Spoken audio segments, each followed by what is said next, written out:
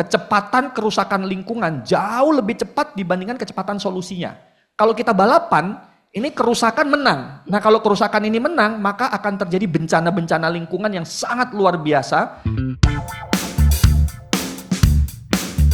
Town Hall hari ini temanya tentang environment semua nih Mas. Siap. Tadi hari ini kita udah ada update dari culture team, dari ESG team tentang Earth Month campaign kita. Makanya sangat cocok sekali tamu hari ini adalah dari Waste for Change, Mas Sano. Terima kasih sudah datang. Buat teman-teman yang belum tahu, ini adalah Mas Junero Sano, biar nggak salah ya. Panggilannya Mas Sano ya? Sano ya. Sano. Beliau adalah founder dan juga CEO dari Waste for Change. Waste for Change adalah sebuah inisiatif ini ya, apa namanya, pengelolaan sampah. Kebetulan aku juga customer loh Mas. Terima kasih. Sudah Terima kasih. lama dan sangat terbantu dengan adanya layanan dari Waste for Change. Sebelum kita mulai ngobrol-ngobrol, mungkin aku mulai dengan Mas Sano share sedikit kali ya, apa sih, bagaimana journey-nya, kan tadi aku lihat di biodatanya background-nya teknik lingkungan. Yap. Tapi akhirnya bisa menjadi terjun ke dunia pengelolaan limbah, ini gimana ceritanya? Dan yang kedua, biasanya orang kalau ngelihat perusahaan yang berbau-bau green gitu, pertanyaannya adalah make money nggak sih, bisa sustainable nggak sih? Nah gimana journey-nya Mas Sano nih? Teman-teman, saya asli Banyuwangi, Jawa Timur. Saya lahir, almarhum ayah saya Pak Camat, jadi anak PNS ASN.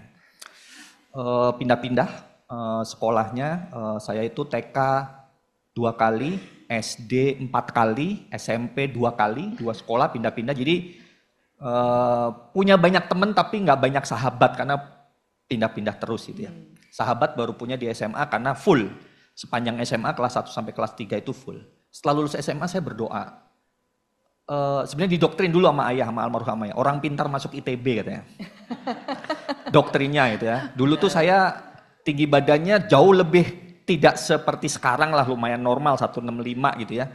Dulu saya ingat kelas 1 SMA itu guru olahraga main fisik, kamu kuntet sini gitu. Waduh. Harusnya tak tuntut tuh guru olahraga.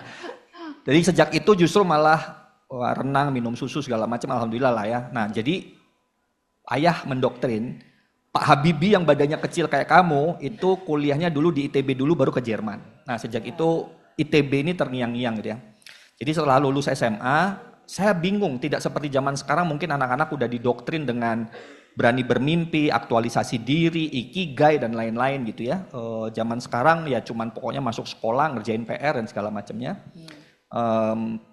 Belum ketahuan cita-citanya apa. Jadi karena bingung saya doa istikharoh, saya sholat istikharoh, berdoa, ya Tuhan kemana masa depan saya? Setelah selesai sholat itu nonton TV, berita tentang sampah di Jakarta. So I think that's the clue for me. Oh ada ya masalah seperti ini, masalah sampah. Kayaknya aku jadi tertarik ingin ikut mengatasinya. Buka-buka buku panduan kuliah, ada mata kuliah persampahan, waste management di teknik lingkungan. Jadi ya udah bismillahirrahmanirrahim dipilih dan masuk. Jadi pilih teknik lingkungan itu karena memang terpanggil oleh keinginan menyelesaikan masalah sampah. Semua mata kuliahku tentang sampah A. Lainnya ya rantai C lah, cukup lulus aja. Karena penasarannya sama sampah. Yang kedua, kakekku pengusaha yang cukup termasyhur lah di Banyuwangi dan pada waktu aku makin gede ini cerita juga ternyata yang namanya harta kekayaan tuh cuma titipan gitu ya. Dikasih ya dikasih, diambil ya diambil. Jadi waktu aku kecil kakek super duper berada banget. Tapi waktu aku masuk SMA segala macam habis hartanya dan lain-lain. So I think darah kakek si pengusaha ini nurun ke aku. Aku seneng dengan yang namanya wirausaha karena menurutku membuat sesuatu yang tadinya tidak ada menjadi ada. Dulu nggak ada namanya dana. Tiba-tiba ada namanya dana. Dengan ribuan orang yang bisa ada lapangan pekerjaan dan lainnya. That's the beauty of entrepreneurship menurutku. Menciptakan sesuatu yang tidak ada menjadi ada. Dan aku udah suka yang namanya berwirausaha sejak sekolah. Sejak SMP, SMA segala macam gitu ya. Nah pada waktu lulus kuliah aku mengkombinasikan keinginanku untuk menyelesaikan permasalahan sampah dengan minatku di wirausaha.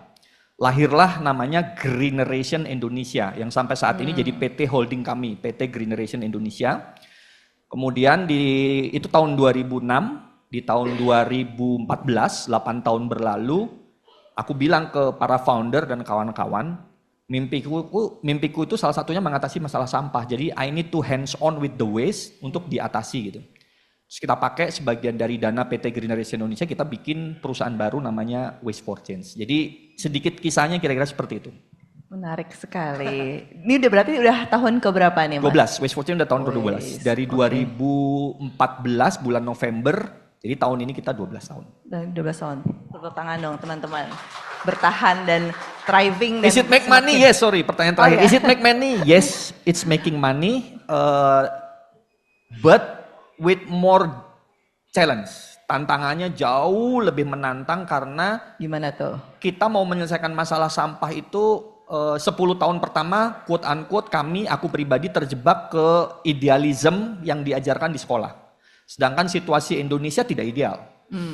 Perusahaan-perusahahan persampahan di luar negeri itu billion dollar business. You can yang buka laptop cek wm.com. Udah pada IPO dari tahun lama segala macam. I have the shares. Sharesnya paling bagus malah sekarang wm.com.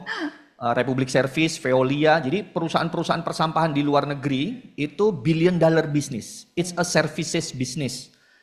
Sayangnya di Indonesia itu kehilangan satu ingredient kenapa nggak bisa seperti negara-negara maju, yaitu tidak ada law enforcement, tidak ada penegakan hukum. Di luar negeri coba aja di Jepang, teman-teman buang sampah ke sungai, misalkan ya, bakar sampah di depan hotel misalkan, cobain aja. Tangkep. Nah, di sini teman-teman buang sampah pulang dari sini ke sungai rasanya dengan jumawa ya nggak ada yang nangkep juga gitu.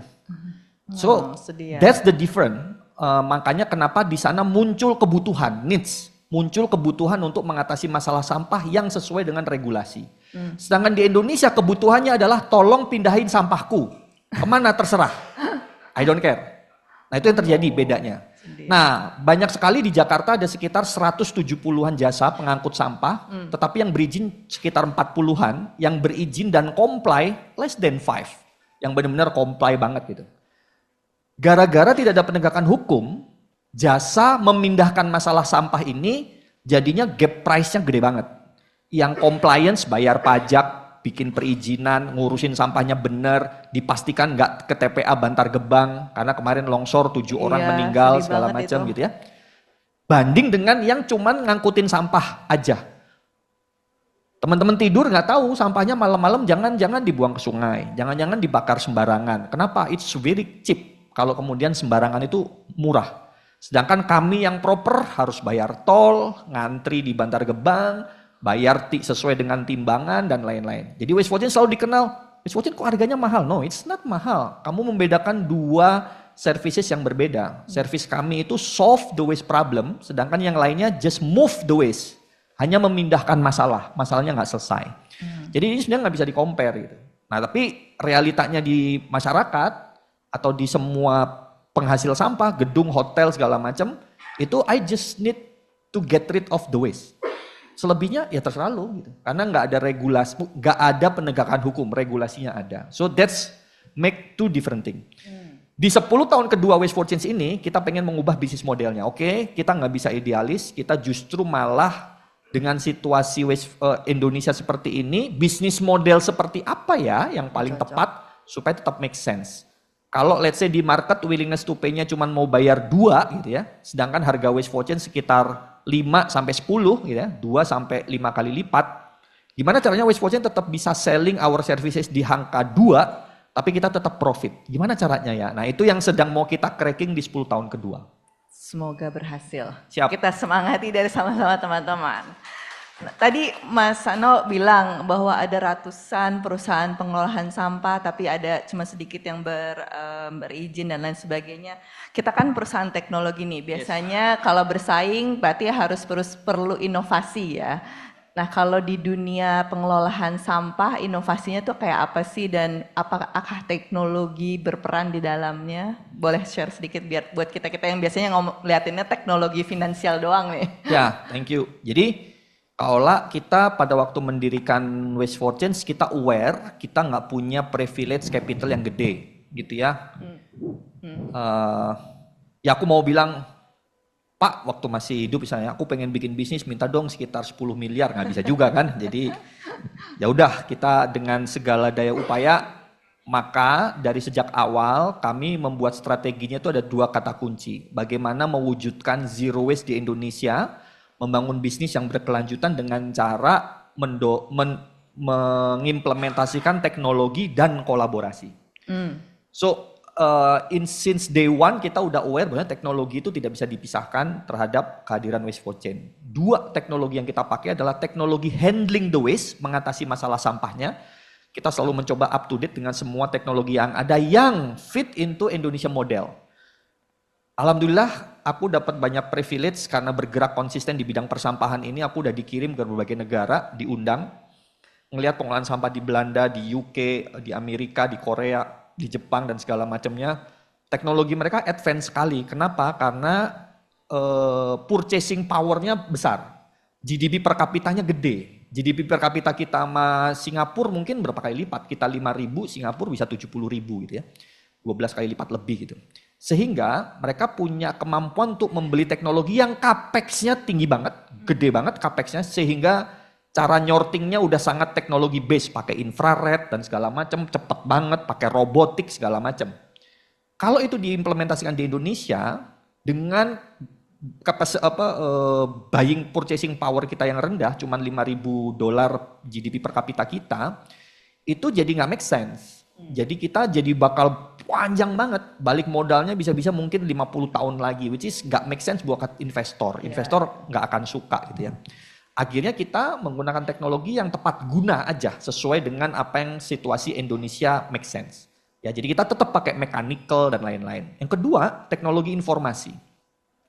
So, we do believe data itu adalah the new currency kan. Jadi kita sangat disiplin untuk menggather data. Data sampah dari mana, volumenya berapa, segala macam. Kita bikin apps, IT, traceability data. Sampahnya dari mana, dibawa kemana, dan lainnya. Ternyata sekarang traceability data ini dibeli oleh buyer-buyer dari luar negeri dengan sebutan plastic credit atau waste credit. Jadi ada inovasi revenue baru yang masuk. Nah, dalam konteks kolaborasi kita mencoba bagaimana dari hulu ke hilir itu kita membangun ekosistem yang kondusif, win-win, sehingga kita nggak harus selalu sendirian untuk membangun pengolahan sampah. Contoh, Waste for Change punya site 5, Bali, Tangerang, Bogor, Bekasi, dan Bandung, tapi kita bisa beroperasi di hampir 20 kota di Indonesia dengan cara kolaborasi. Pakai partner lokal yang punya fasilitas, SOP-nya dari kita yang dapat tendernya, kita yang dapat pekerjaannya, lalu kita kerjasama dengan partner lokal. Nah itu spirit, teknologi, dan kolaborasi. Kalau waste credit itu udah jalan belum sih di Indonesia? Waste credit tadi yang Mas... Ya, kami banyaknya justru klien dari luar negeri ya, plastik kredit ini, karena yang awareness-nya lebih tinggi itu dari luar negeri. Mereka pengen meng-offset setiap kemasan yang mereka produksi, mereka mau bertanggung jawab supaya kemasan itu bisa mereka klaim, I do my part. Aku udah kerjasama sama Waste for Change mengelola sampah kemasanku walaupun sampahnya dari Indonesia. Contoh klien kita itu adalah pemain Aquaman. Siapa yang kekar itu? Jason Momoa itu kliennya Waste for Change. Jadi Jason Momoa itu punya produk minuman. Produk minumannya itu ngeklaim di dalam kemasannya, every bottle you buy, we will collect and recycling 1 bottle. Jadi mereka udah komitmennya kayak gitu. Setiap kamu beli minumanku 1 botol, kami akan komit mengambil 1 botol dari lingkungan untuk di recycling. Siapa yang disuruh? Waste for Change disuruh. Jadi kita dibayar plastik kredit dengan cara traceability data tadi, membuktikan bahwasanya ada sekian ribu botol sudah kita angkut, kita proses, kita daur ulang, datanya ini kita kirim ke timnya Jason Momoa baru bayar ke kita berdasarkan performance. Nice. Kalau di dunia perkantoran nih Mas, kita kan sekarang Dana juga sudah menjadi salah satu pelanggan Waste for Change ya, dan laporannya katanya kita baru 50% nih yang di recycle ya, masih ada 50% yang residu. So far gimana sih di dunia perkantoran Indonesia Mas Sano? Apakah sudah banyak dan apakah sudah ada perubahan nyata dan punya dampak yang nyata dari kontribusi dunia perkantoran tuh gimana? Nah, very good question ya. Dana ini tidak dipaksa dan tidak ditodong pistol untuk pilih Waste for Change. Jadi Dana secara voluntarily mau memilih Waste for Change karena menjadi part of their commitment ESG dan lain-lain. Applause buat kawan-kawan semua ya. Jadi kalau kemarin ada longsor di Bantar Gebang, tidak ada sampah Dana sama sekali di sana. So teman-teman udah kita tidak berkontribusi terhadap hal itu. You need to proud of it. Jangan lupa mention kita semua. Jadi intinya karena tidak ada law enforcement, jadi di mata offices, building, kantor, it still cost. Sehingga mereka tetap memilih yang termurah, yang penting sampahku berpindah tempat. Karena pemerintah tidak memaksa supaya pengelola sampahnya itu yang berizin. Jadi ini yang menjadi masalah. Bahkan ya, ini cerita sedikit disensor nama perusahaannya. Kami meyakinkan udah lama, ayo dong pakai Waste for Change. Masa kamu sebagai salah satu perusahaan yang dikenal seluruh Indonesia, we know your report karena lu IPO dan lain-lain, lu itu sekian puluh T revenue, laba bukan revenue, laba lu sekian puluh T, pakai jasa kita aja pertimbangannya panjang amat, gue bilang gitu kan. Jadi come on, let's do this. Kenapa? Karena di mata mereka ini masih yang namanya utility,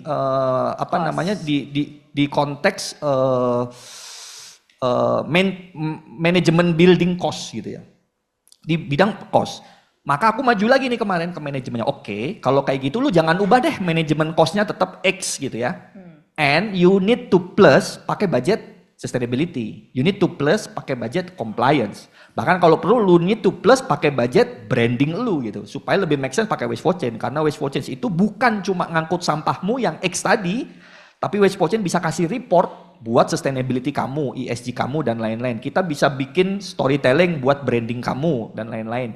Supaya loyalitas karyawan, loyalitas dari customer kamu naik dan segala macam. Nah ini udah mulai berubah pikiran mereka. Jadi sekarang strategi kita pada waktu approach perusahaan-perusahaan yang menurut kami seharusnya mereka pakai kita dengan cara seperti itu. Jangan cuman pakai cost building maintenance atau building management, udah pasti kita kalah. You need to plus with your compliance budget, sustainability budget, risk budget, and branding budget, baru make sense. Thanks to itu yang di situ tuh, Bu, yang duduk di situ Ibu Terima Elvi kasih itu Ibu, yang turut mengurus. kami Bu. Ya, nanti saya sungkem Bu, makasih Bu.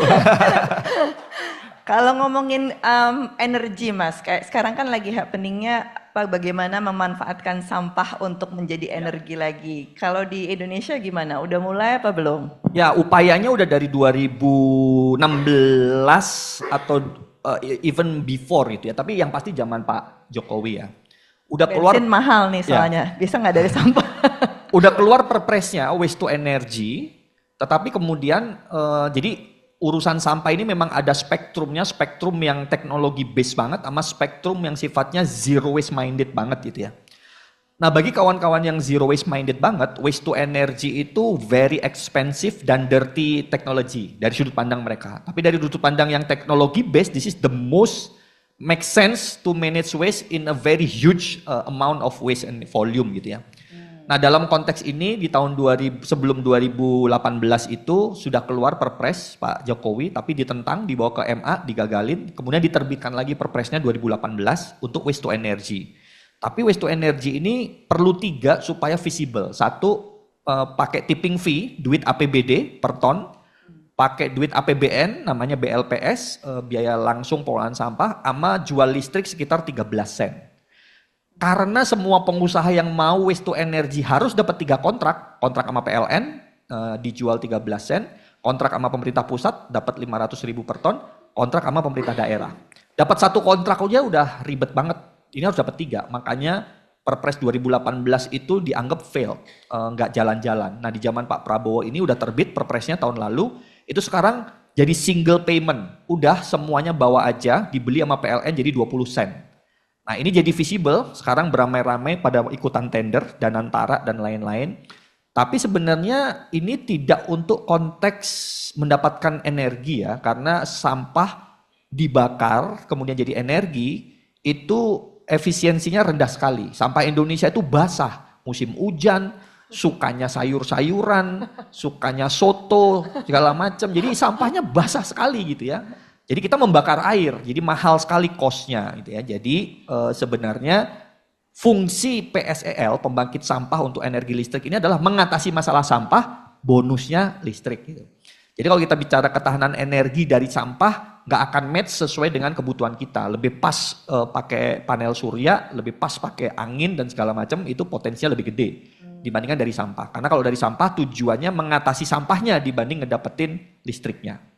Tuh. Pelik ya. Tidak mudah.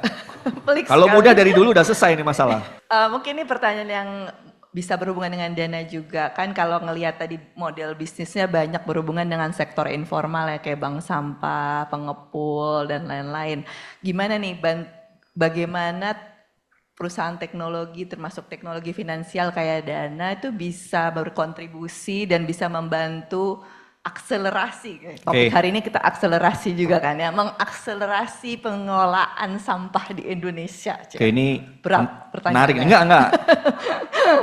Teman-teman, 31 Desember 2025 aku posting sesuatu di Instagram. Tahun Januari 2025 aku diminta jadi tenaga ahli Menteri Lingkungan Hidup. This is my first time untuk bekerja di dalam pemerintahan. Selama hampir berarti 12 bulan dari Januari ke Desember, that makes me aware that we have a very huge problem. I think kita nggak bisa depend kepada pemerintah aja. We need to advocate them, we need to help them. Kita perlu mengkritik, membantu, bekerja bersama dan lain-lain. Di saat yang bersamaan, kami dari yayasan kami, Green Generation Foundation, itu lagi bikin movement. Nama movementnya Green Fund Digital Philanthropy. Kenapa? Karena permasalahan lingkungan itu setelah kita tilik, masalahnya itu adalah climate financing gap. Ada gap yang gede banget untuk membiayai solusi-solusi supaya bisa diimplementasi. Solusinya ada banyak. Yang berjuang ada banyak. Yang nggak banyak itu adalah uang untuk membiayai solusi diimplementasi dan pejuangnya juga dibiayai. Itu nggak banyak. Maka dari itu, Green Generation Foundation, yayasan kami ini mau bermigrasi menjadi lembaga penghimpun dana publik. Mau menjadi rumah zakatnya lingkungan, dompet duafanya lingkungan, kitabisa.com-nya lingkungan. Dengan misi 10-10-10. Kita mau mengajak 10 tahun ke depan serius yuk. Emang kalian gak ngalamin? Nih banjir Tangsel. Itu 24 tahun gak pernah banjir, tiba-tiba ada genangan air di wilayah-wilayah yang mewah. Kawasan-kawasan mewah. Artinya sekarang sampai ke level orang yang di promo kawasan yang bebas banjir pun gak bisa lolos dari banjir. Udah sangat memprihatinkan. Kecepatan kerusakan lingkungan jauh lebih cepat dibandingkan kecepatan solusinya. Kalau kita balapan, ini kerusakan menang. Nah kalau kerusakan ini menang, maka akan terjadi bencana-bencana lingkungan yang sangat luar biasa, yang membuat kita akan jauh lebih kepayahan gitu ya. Itu 10 pertama. 10 kedua, kami baca artikel, untuk melakukan perubahan, kita cuma butuh 3,5% populasi untuk do something together. 3,5%-nya Indonesia itu 10 juta orang. Untuk Jakarta aja tuh. No, 10, ya mirip satu Jakarta gitu. Tapi seluruh Indonesia, 280 juta kali 3,5, equal tuh sekitar 10 jutaan.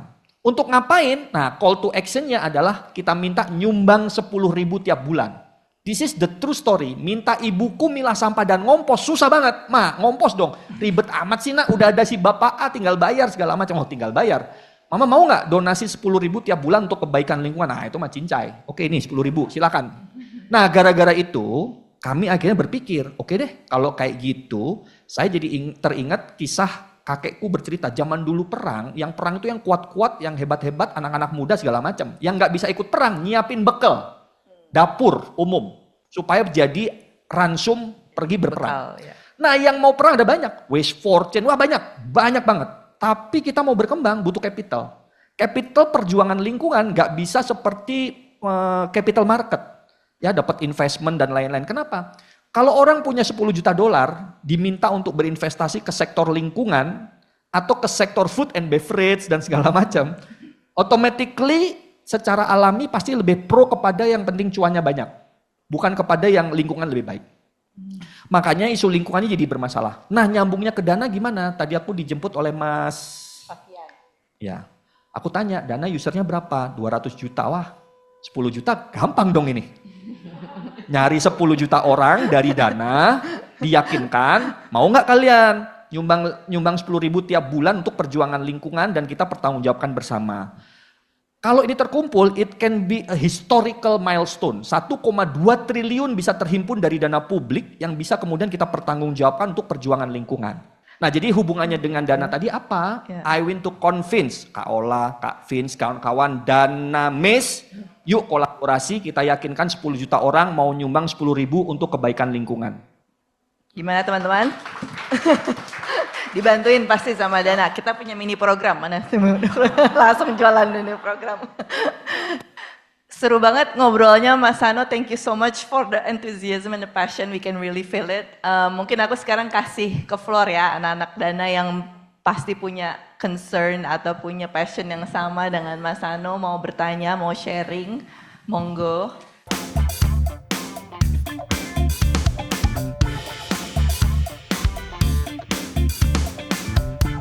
Ya, bicara tentang gunungan Bantar Gebang, it's the biggest in Southeast Asia. 8.000 ton per hari sampah dari warga DKI Jakarta. Itu kalau aku bilang 8.000 ton, di kepala teman-teman abstrak. Apa sih 8.000 ton? Sampah DKI Jakarta per 2 hari bisa bangun 1 candi Borobudur. Jadi per tahun kita yang hidup di DKI Jakarta itu ngebangun hampir 185 candi Borobudur per tahun. Dikirim ke Bantar Gebang. Kalau teman-teman pernah main ke Borobudur, ngelilingin naik segala macam, that's huge. Tapi 185 per tahun mau taruh di mana? Makanya Bantar Gebang jadi longsor. Karena ditumpuk terus, tumpuk, dan itu 110 hektar. Jadi it's a very problematic. Menurutku bicara tentang teknologi sekali lagi ada untuk mengatasinya. Tinggal bagaimana kita memang lebih mau meyakinkan semua pihak lebih bertanggung jawab terhadap sampah yang dihasilkan. Kalkulasi waste for change itu untuk mengatasi masalah satu rumah, 1 bulan tuh hanya butuh minimal 60.000 per rumah. You can imagine 60.000 itu buat kawan-kawan yang kerja di Dana harusnya nggak begitu memberatkan 60.000 per bulan. Tapi pada waktu kita charge ini ke RT RW atau kita charge ke building management atau town management di kawasan yang rumahnya 3 miliar ke atas, mereka rata-rata bayar cuma 24.000. Jadi ada gap 3 kali lipat. Pada waktu kita naikin menjadi 40.000 itu ribut, rame. Wah apalagi nih IPL naik lagi, wah panjang lah, gitu lah. Padahal sampai cuma butuh 60.000 aja sebenarnya untuk benar-benar tuntas. Kami bilang ke pemerintah bahwasanya ini harus polluter pay principle, barang siapa yang menghasilkan sampah ya wajib bertanggung jawab dengan cara bayar. Yang nggak mampu, pemerintah hadir, mensubsidi gitu ya. Wajar aja, nggak ada masalah gitu. Dengan cara seperti itu, kita jadi punya biaya untuk memilih teknologi. Nah, Bantar Gebang ini sebenarnya ada yang disebut dengan landfill mining ya. Menambang, mengambil, karena apa yang ada di Bantar Gebang itu semuanya tidak lepas dari alam. Baju kita ini dari alam. Mic, topi, kacamata, jam, semuanya tidak ada yang terlepas dari alam. Semuanya diambil dari sumber daya alam. Setelah kita pakai jadi sampah, alamnya itu terkeruk, ditambang, hutannya dibabat, kemudian kita menciptakan gunung baru berupa Bantar Gebang. Dan itu ada 514, karena semua kota punya TPA itu, cuman ukurannya aja beda-beda. So landfill mining itu memang bisa dijadikan solusi, tetapi butuh biaya. Nah kalau ditanya apakah sampah ini akan jadi akan menggunung begitu saja atau ada solusi, niatan pemerintah yang sekarang mau diatasi dengan pembangkit listrik tenaga sampah itu. Harapannya bisa ada landfill mining dan segala macam. Tapi menuju ke sana butuh energi yang cukup gede banget ya. Yang kedua tadi pertanyaannya mengarah kepada Siapa yang dicontoh? Oh, India. Namanya Indore. Teman-teman bisa browsing di internet segala macam. Indore kota yang terbersih beberapa tahun berturut-turut. Karena kalau aku bilang, pemerintah, kamu tuh belajar ke Denmark. Denmark itu 70.000 US dollar per kapita. Lu mau belajar apa? Mau belajar, oh mereka keren ya. Ya iyalah keren lah. Punya duit 70.000 US dollar per kapita kok gitu. Wajar. Tapi kalau mau ditiru di kesini, duitmu cuma 5.000 dolar per kapita. Gimana? Nggak bisa. Jadi kita harus belajar ke negara yang secara GDP per kapita mirip, jorok-joroknya mirip, tingkat edukasinya mirip, tapi berhasil. Mana? Indore. Indore itu satu kota, ada 3,5 juta populasi, 90% warganya tertib pilah sampah. Nah jadi artinya ini sesuatu yang bukan impossible, bisa kok. Tinggal bagaimana pemerintah benar-benar learn, bagaimana Indore bisa shifting jadi negara yang awalnya nggak diurus, sampahnya terurus gitu ya. Nah kami sedang mengadvocate pemerintah, kemarin aku juga datang ke Bappenas untuk bilang, Ayo dong pejabat-pejabat intinya yang bikin kebijakan, ajak yuk ke Indore untuk lihat dan belajar dan lain-lain gitu ya. Jadi I think dari perspektif pelaku persampahan, belajar ke Indore jauh lebih fit untuk our situation. Indore ini nama kota, Mas? Nama kota di India, Indore, Indore.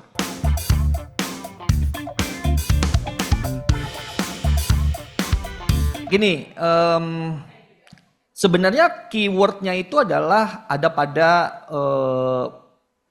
memilah sampah sesuai dengan jenisnya. Tapi kalau di rumah aku menganjurkan 3 lah ya, 3. 1, sisa makanan yang nggak habis, makan buah nggak habis, makan di meja makan nggak habis, sisa masakan yang nggak dimasak segala macam, kulkas yang udah isinya membusuk harus dibuang dan lain-lain, itu semua dalam satu tempat sampah tertutup. You need like a bucket, ada tutupnya, that's it, taruh di situ. Jangan dicampur dengan lain-lain, semuanya di situ.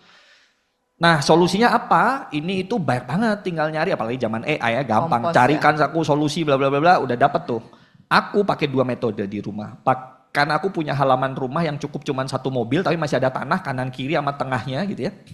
Jadi aku bikin lubang biopori, pakai bor kedalaman 1 meter, bikin sekitar 9, sebelah kiri 3, tengah 3, sini 3. Ya sudah, sampahku aku masukin aja ke lubang itu.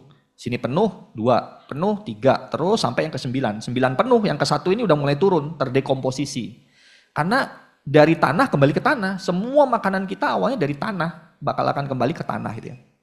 Yang kedua aku pakai ember komposter. Ember komposter ini kalau ini lagi penuh dan segala macam, aku masukin ke ember komposter. Aku punya 2 ember komposter. 100% sampah sisa makananku sudah tidak ada yang keluar rumah. Jadi dengan cara seperti itu 50% of our problem selesai. Karena komposisi sampah di Indonesia itu 50% adalah sisa-sisa makanan dan lain-lain itu yang gak habis gitu ya. Itu. Yang kedua, tempat sampah tersendiri yang itu gampangnya gini. Kalau ada yang teriak loak-loak atau ada bapak-bapak atau ibu-ibu bawa keranjang putih lewat depan rumah, panggil. Pak, Bapak ini mau nggak? Mau. Ini mau nggak? Mau. Oke, nanti next time seminggu sekali mampir ya. Ini aku pisahin. Apa? Botol PET kayak gini, kardus, majalah bekas, kertas, kaleng, aluminium, semua segala macam. Pokoknya kalau di mata mereka mau, itu artinya dikategorikan material daur ulang, material daur ulang. Mereka mau. Tapi kalau misalkan dikasih saset sampo, mau nggak Pak? Nggak akan mau. Jelas kemungkinan nggak mau dia. Saset sampo nggak mau, tisu nggak mau. Nah yang nggak mau itu tempat sampah ketiga. Yang nggak mau itu tempat sampah ketiga, popok bayi, mohon maaf, pembalut wanita dan lain-lain itu tempat sampah ketiga. Ini yang diangkut sama truknya pemerintah, taruh depan rumah. Dengan cara seperti ini 70% sampah tuntas. Jadi yang tadinya kita ngebangun 185 candi, itu cuma tinggal 30% aja yang ke TPA, 70% tuntas. Dengan catatan semua masyarakat Jakarta seperti Mas Adi semua gitu, sadar semua hatinya, terus mau berubah gitu ya.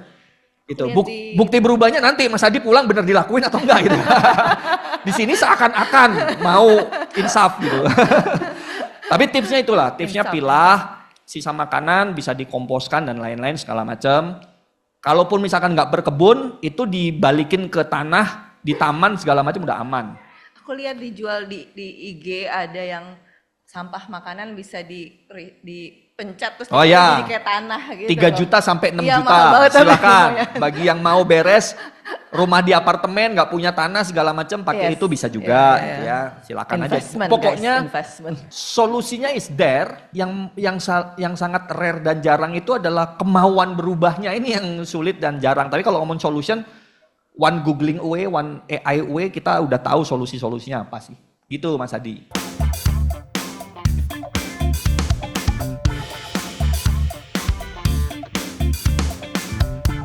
Ya dari pengalamanku belajar secara formal di kampus, di kuliah, masalah sampah ini sangat bisa diatasi. In a textbook yang tebel banget itu bisa diatasi.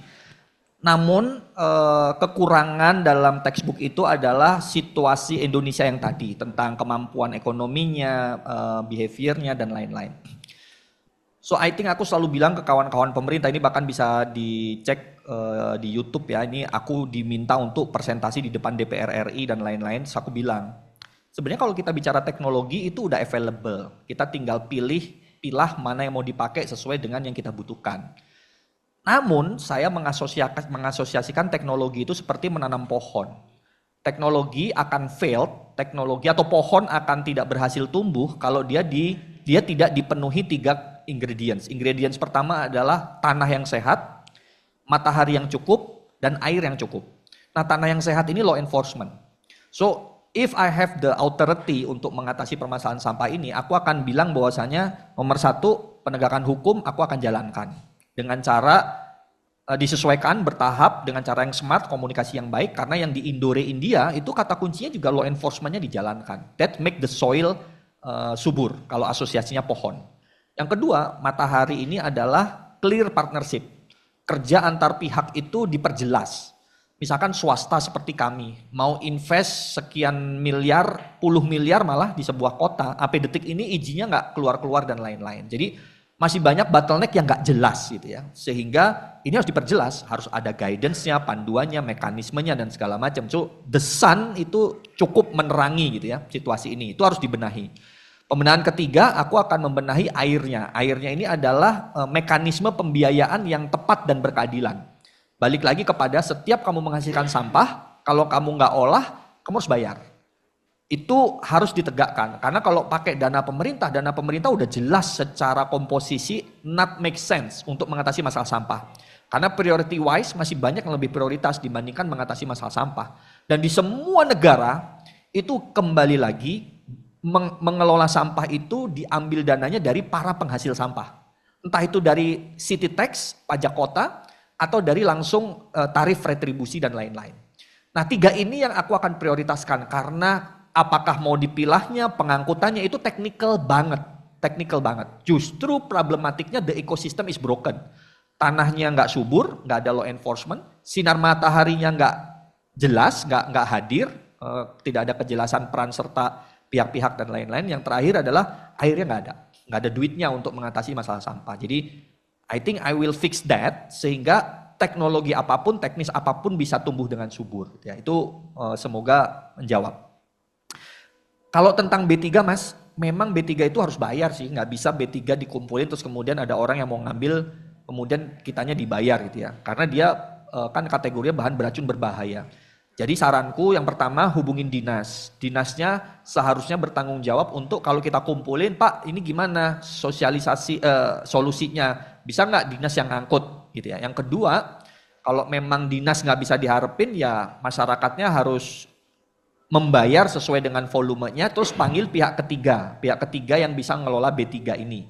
B3 itu di Indonesia mungkin harganya per kilo 5.000 sampai 15.000 per kilo untuk mengatasinya gitu ya. Jadi per hari ini memang ini overlook, sampah B3 dari rumah tangga itu sesuatu yang belum pada aware, padahal masalahnya real banget ya. Di atas ini diapain tuh Mas?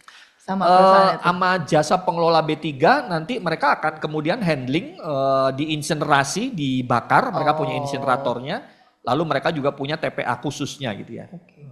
Solusinya seperti itu. I do this 20 years ya, dan rasanya kalau apakah aku melakukan sesuatu yang bermanfaat dengan PD, aku akan jawab insya Allah iya. Tapi apakah yang kami lakukan 20 tahun terakhir cukup? Jauh dari cukup, karena kami nggak bisa sendirian. Maka gerakan 10 juta orang selama 10 tahun ke depan mau nyumbang 10.000 itu adalah game changer yang mau kita seriuskan. Semoga next step kita bisa diskusi dengan kawan-kawan Dana, kemudian kolaborasi dan mohon dukungan para Dana Miss untuk kita bikin movement keroyokan 10 juta orang ini, kita kelola secara serius movementnya dan mereka bisa menjadi social capital dan kemudian juga financial capital untuk kita berjuang di 2029. Menarik sekali pembahasan hari ini, sangat bermanfaat dan berfaedah. Terima kasih Mas Sano sudah mau main ke Dana kasih tepuk tangan dan dulu teman-teman. sharing-sharing. Mas Sano.